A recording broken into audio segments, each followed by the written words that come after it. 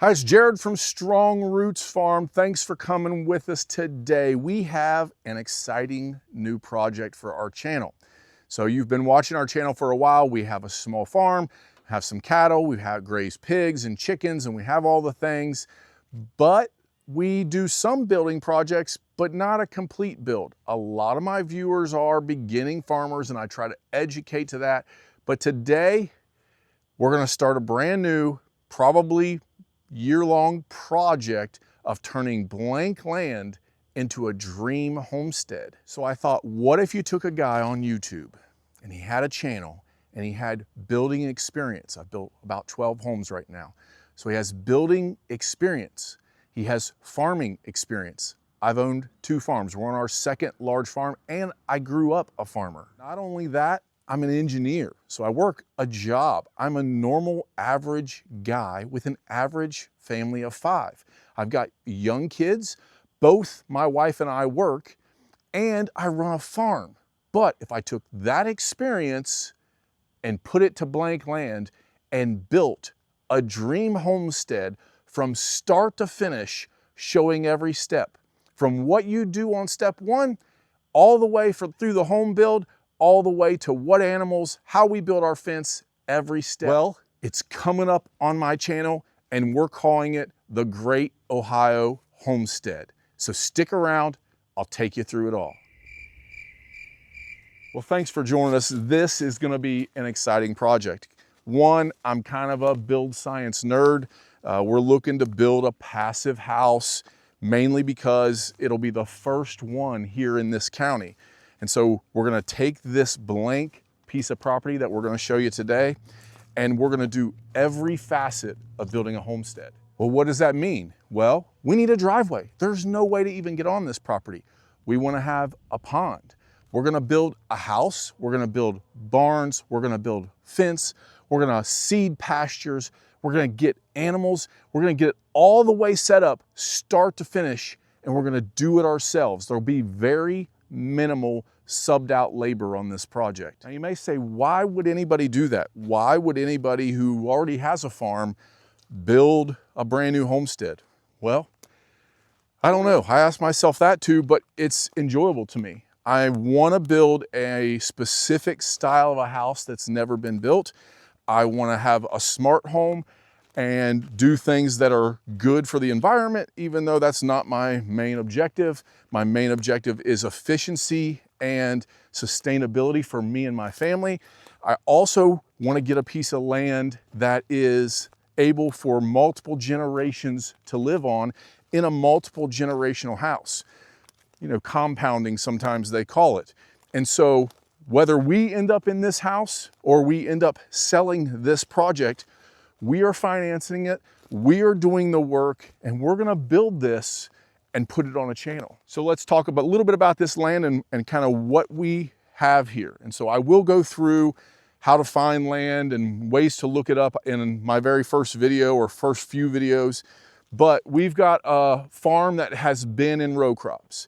So it's bare land, it's soybeans is what was here before. You can see a little bit of fescue growing up. We will be seeding this down in pastures. We're taking big agricultural row crop land and turning it into a regenerative style homestead. Now this is 18 total acres, and I bought this piece of property because it has about every facet of land type that I think you'll see in Ohio, and it will be the same for you pretty much wherever you're at in America will be something similar to this. So it should be helpful. So we have the blank field, but we also have thick woodlands. So it has a little bit of flat ground. It has some rolling land and hills over on this side that we're gonna have to deal with. How do you build fence on steeper hills?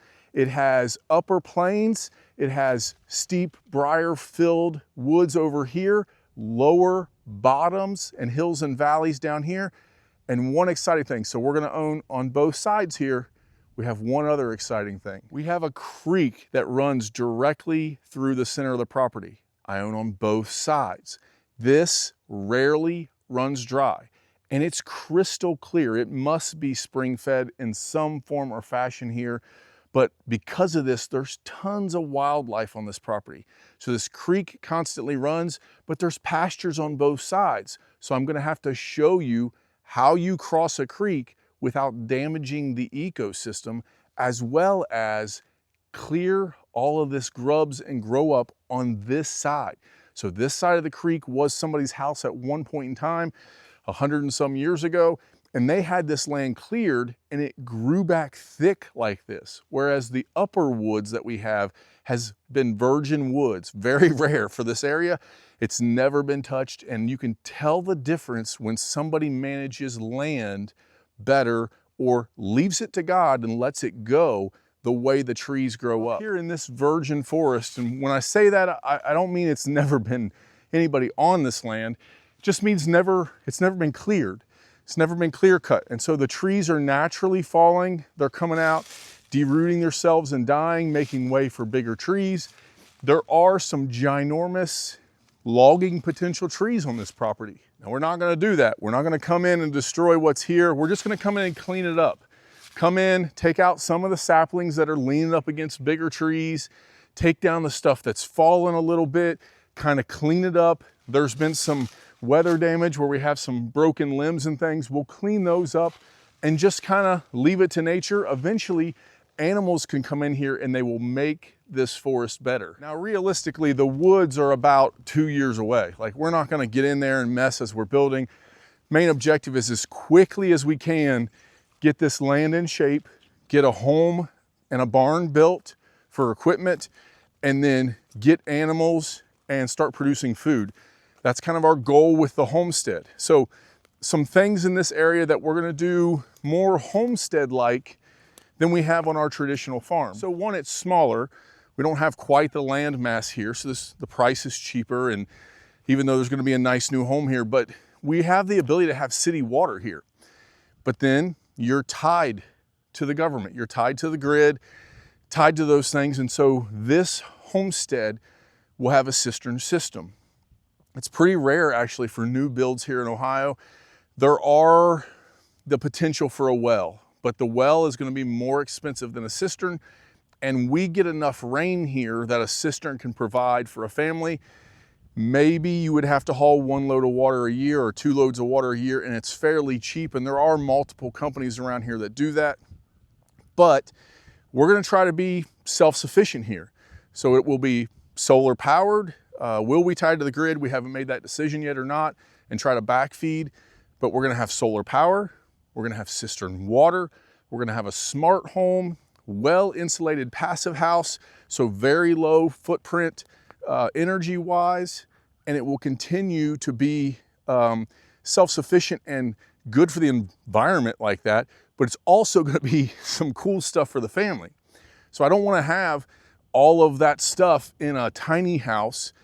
I wanna build a normal family, modern family house that has all the modern amenities that families get, walk-in showers and all the stuff, toilets, all that kind of stuff. But we want to do it in a way that is good sustainability for our family, or for the family that ends up here on the homestead. You may be asking yourself, well, how much is all this going to cost? So if you're building a homestead and I want to build it like you, do I have enough money to do this? And so this will be a $1 million homestead project, but don't freak out. We don't have $1 million. So when I say $1 million homestead project, I'm talking about what it's gonna be worth when we're done.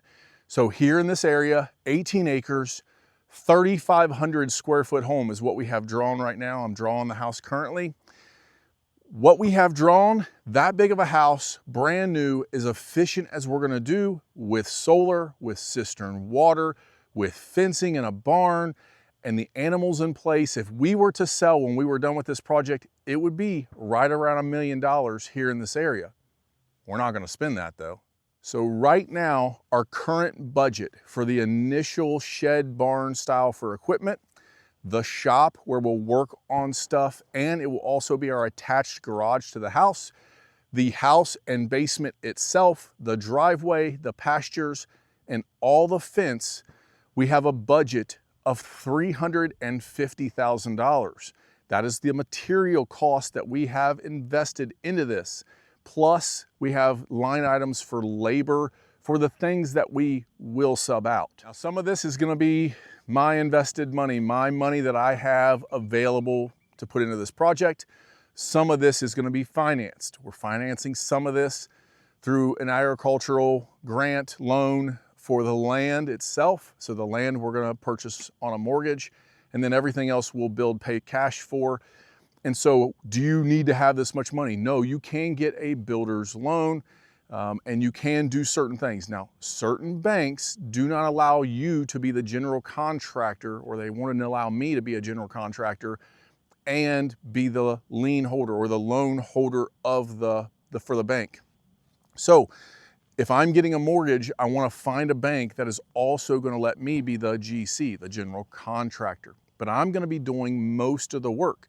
So the value in this place comes from my knowledge and my sweat equity. And you may be saying, well, I have, kids in sports, I have a busy life with my job, and I do all this. I don't have time to do all this. I have all those same things. So I'm gonna do it and show you how I do it with a normal life, with a normal family, a normal job, and I have extracurriculars with my kids' sports, and running a farm. The big difference is my experience. And so maybe you have this experience already, but if you don't, you may say, well, I don't think I can do it because I just don't have the experience that you have and the knowledge that you have. Well, then like and subscribe, come along. I will show you in a detailed training video how to do each step. And I don't know everything. There are pieces of this project that I've never done before. I've never put in a cistern. I've never put in a septic system, and I've never dug my own basement. But I know how to run an excavator. I can rent or purchase an excavator, and I know how to do plumbing and connect pipes and make the ground level. So I can watch videos, I can read books, and I can figure it out. And that's what you can do too with every step along this way if you come along with us in this journey. This is the Great Ohio Homestead Project built by Strongroots Farm. Come along with us. Now, we hope this is exciting to you, and if you are already a subscriber and a follower of my channel and you want farming videos, you're not interested in building a homestead, if you could help us out, share this video, share our homestead videos as we try to grow our channel. But we will continue the normal farming projects. We will continue the normal cattle videos, showing you how we bale hay. I still have to manage that farm, so it will all be videoed and we'll still keep up our normal videos, but this homestead project will be on top of all that. So hopefully the same 2 videos a week come out, but it will be a mix of both projects. And so like and subscribe, come along with us if you're new to this. But otherwise, thank you so much for watching and joining us in this journey. If there's something you want to see during this project, make sure you send me an email, comment down below, let me know. Thank you for watching. Until next time, have a good one.